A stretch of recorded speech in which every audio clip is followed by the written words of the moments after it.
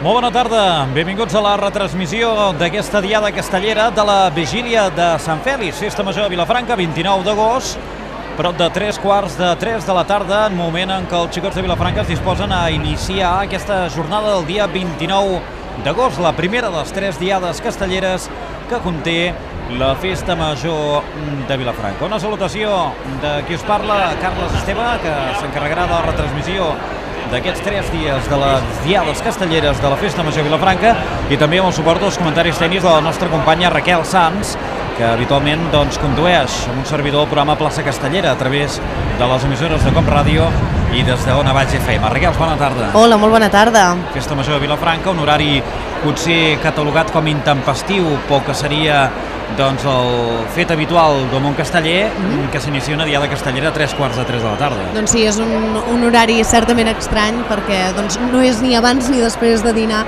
queda ben bé al mig i per tant és diferent. Vilafranca és diferent en aquest sentit, tant la diada de vigília com la de Sant Ramon.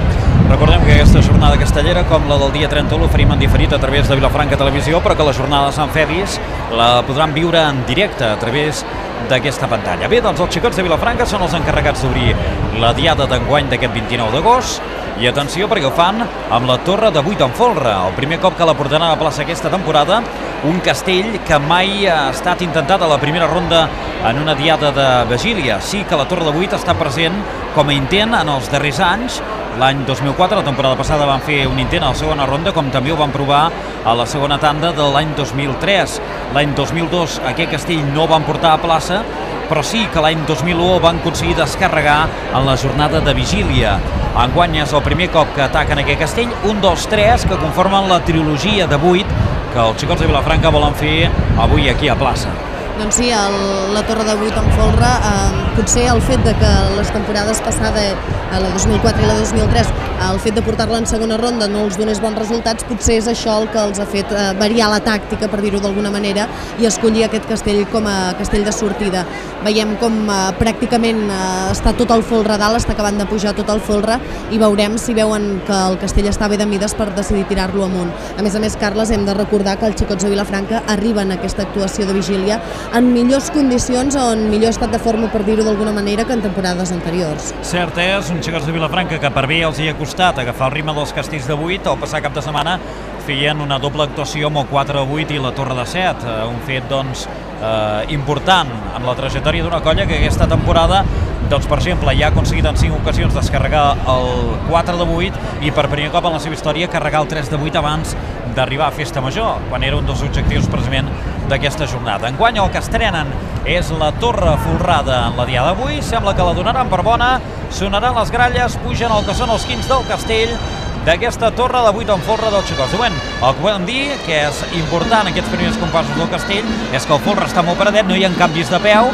sembla molt compacte i dona certa seguretat d'una torre que en la seva versió de 7 també els xicots l'han pogut completar en diverses ocasions aquesta temporada, en concret en 4 ocasions més una de coronada.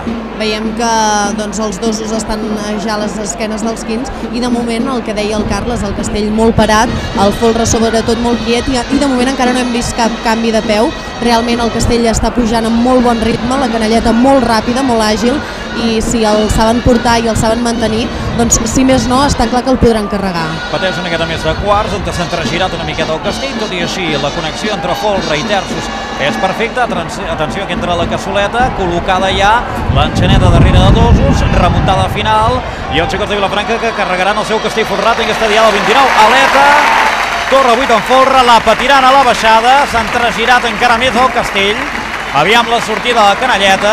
Ara és quan el folre comença a treballar, veiem que el terç que tenim de cara a l'Ajuntament se n'està anant cap a un costat, el folre l'està treballant molt i molt bé i realment amb els dosos ja fora jo crec que aquest castell el descarregaran i Déu-n'hi-do com comencen els xicots de Vilafranca aquesta actuació de vigília. Fantàstic, és el màxim objectiu que es plantegen ara per ara en aquesta temporada els xicots. Recordem que estan assajant altres coses, però ara per ara el sostre de la colla castellera en els darrers anys ha estat aquesta Torre de Buit en Folre, i el que dèiem, ens hauríem de remuntar a l'any 2001 per veure la Torre 8 en folre el dia de vigília.